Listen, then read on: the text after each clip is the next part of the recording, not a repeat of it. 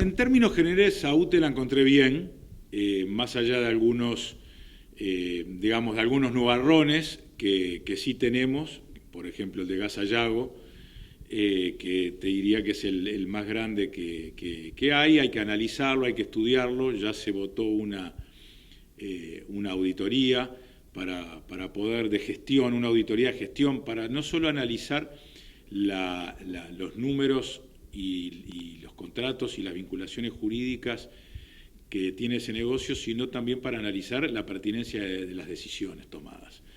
El marco económico en el cual se implantó eso y, bueno, varias cosas más. Pero en términos generales, volviendo a lo importante, porque es costumbre frecuentemente ver las cosas malas y no las buenas. Y yo te diría que acá en UTE nos hemos encontrado con una plantilla de empleados y de funcionarios y de gerentes comprometidos con la empresa, con un nivel de profesionalidad y de capacitación muy importante.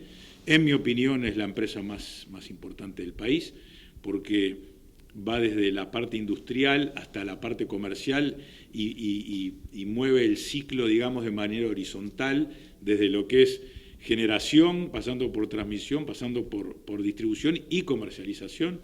Es una empresa muy horizontal que está en todas las etapas. Más allá de que en generación no hay, por ejemplo, monopolio, trabajamos con los privados, y el Uruguay en eso ha hecho un cambio muy importante. También hay pequeños detalles que tendremos que estudiar, pero digamos, en muchas de esas cosas no se puede volver atrás. Es decir, yo no puedo cambiar la historia. Lo que sí podemos es las malas consecuencias de algunas malas decisiones, diluirlas, atemperarlas y dosificarlas para que el rumbo general de la empresa no se pierda. Uno de los elementos que quizás más se manejó en el gobierno anterior era que las empresas públicas funcionaban un poco como un fusible de impuestos, o sea, como que de alguna manera eran entes recaudatorios.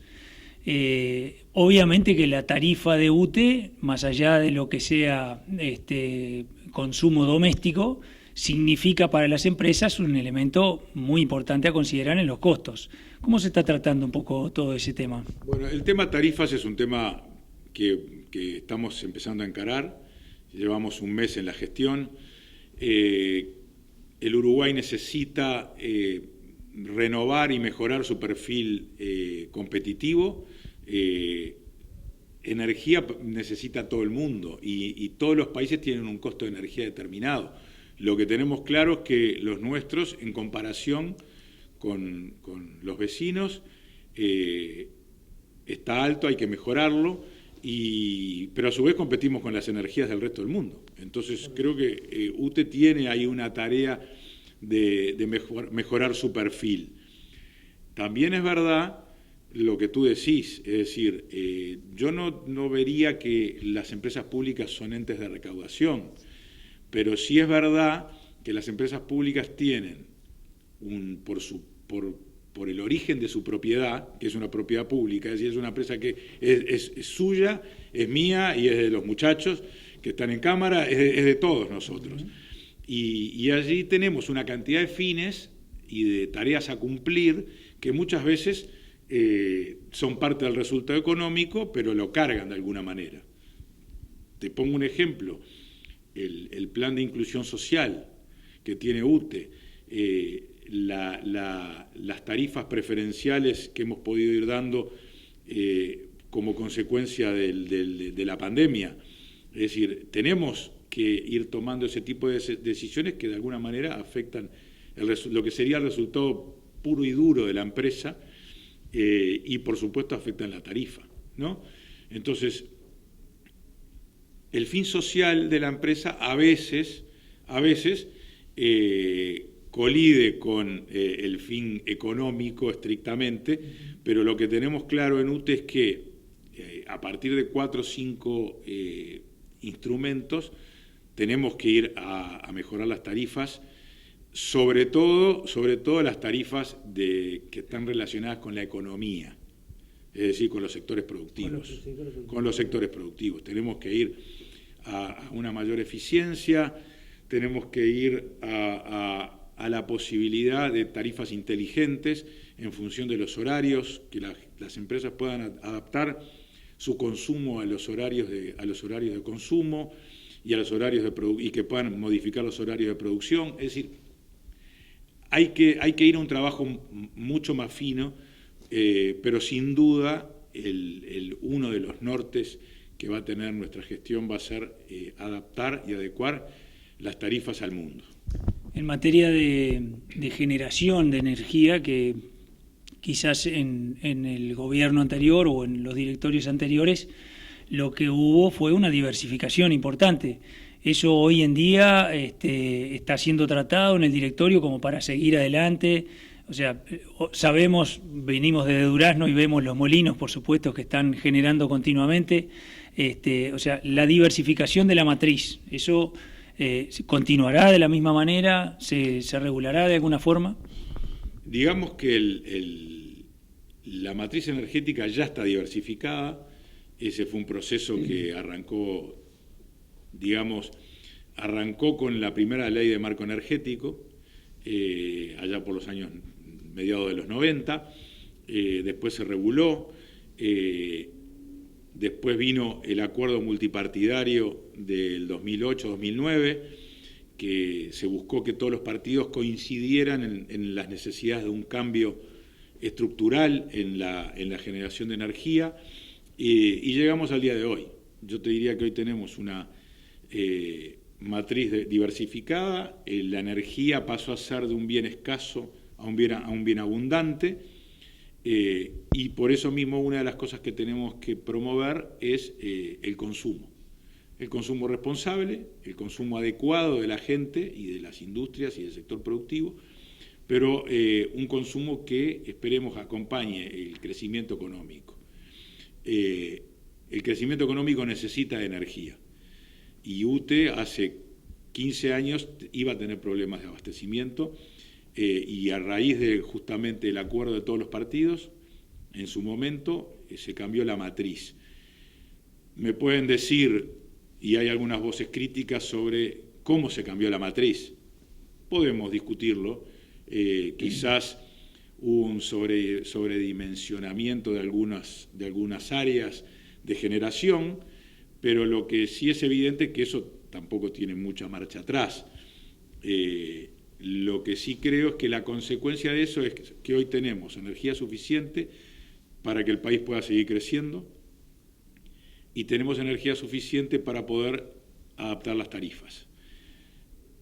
Y yo creo que eso es lo bueno que se ha hecho, que hay detalles, que hay cosas que podrían ser un poco cuestionables, puede ser, pero creo que en la gran película, en ese sentido estamos bien, porque hay eólica, hay fotovoltaica, hay biomasa de distintos orígenes, ustedes en Durazno tienen la planta de producción de lácteos que tiene autogeneración a través de biomasa, después hay biomasa de origen vegetal, hay de origen animal, es decir, creo que ahí estamos bien. Yo te diría que por este quinquenio no va a haber necesidad de ampliar la capacidad de generación. Correcto. Vayamos un poco entonces hacia el futuro de UTE. Obviamente, como lo dije al principio, un mes de gestión no da como para hacer indudablemente que balances, pero seguramente arriba de la mesa del directorio estarán proyectos, usted lo mencionó, quizás los de las tarifas diferenciales, porque no es lo mismo la industria que el sector lechero, por ejemplo, no es lo mismo el sector lechero que el ganadero. Totalmente. Quizás ahí puede ser donde estén los futuros proyectos, o al menos el trabajo fundamental para ampliar la producción, ¿no? Bueno, en ese sentido yo te diría que el proyecto que tenemos, que el UTE ya tiene algunos años, que ahora estamos modificando la estructura, que es el proyecto de redes inteligentes, que tiene su primer paso en la instalación de los medidores. UTE ha logrado colocar unos 250.000 medidores.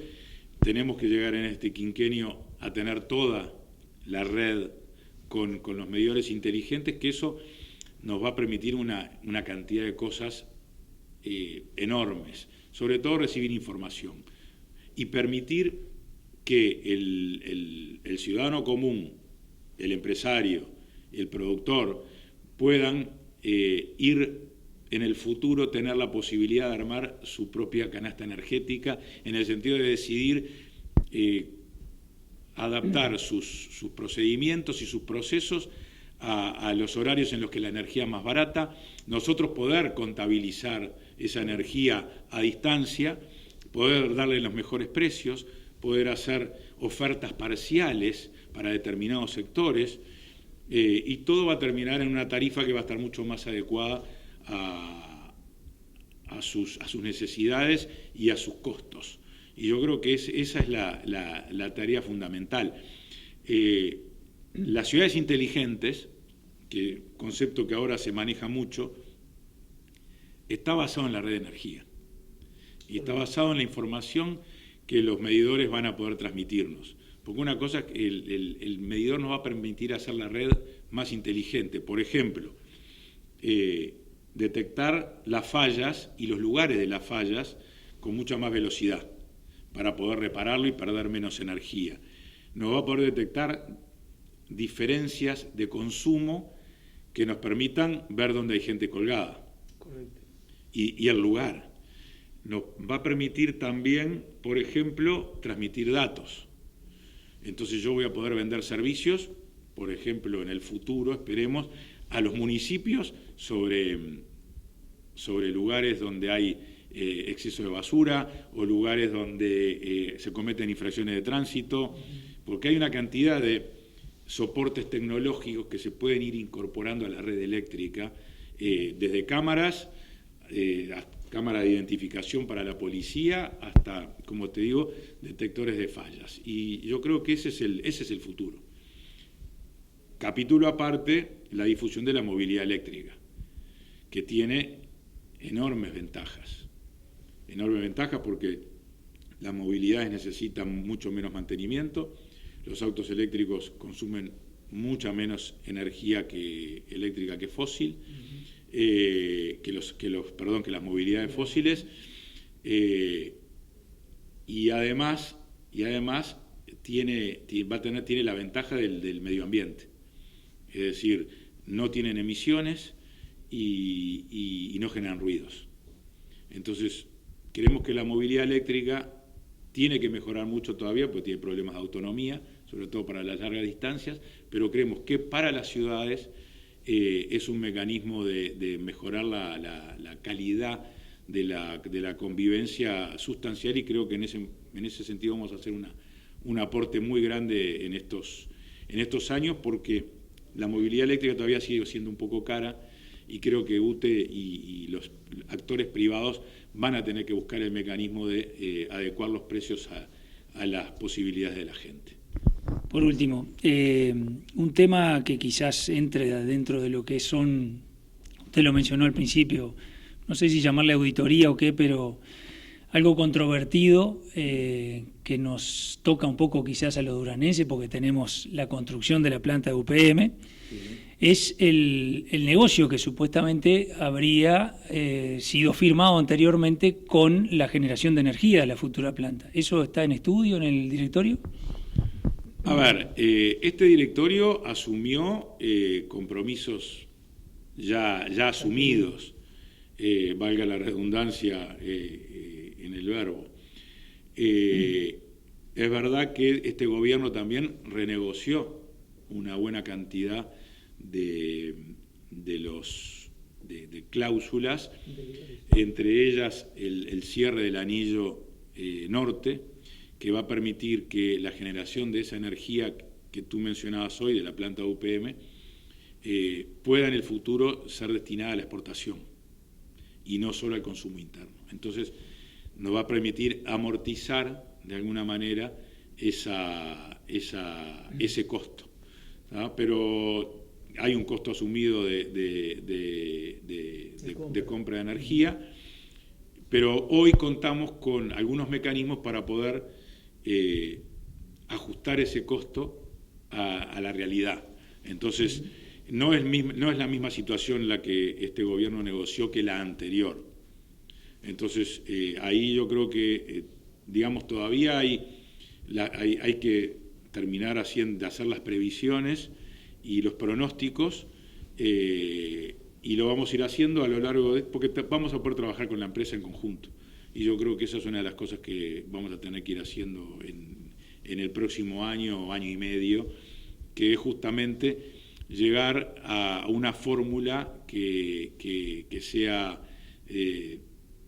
buena para UTE y como consecuencia para todos los uruguayos. Correcto. Bueno, Julio Luis, ha sido un gusto. Muchas gracias. A ustedes. Es un placer llegar a todo Durazno a través de ustedes y les mando saludos a todos los amigos de allá.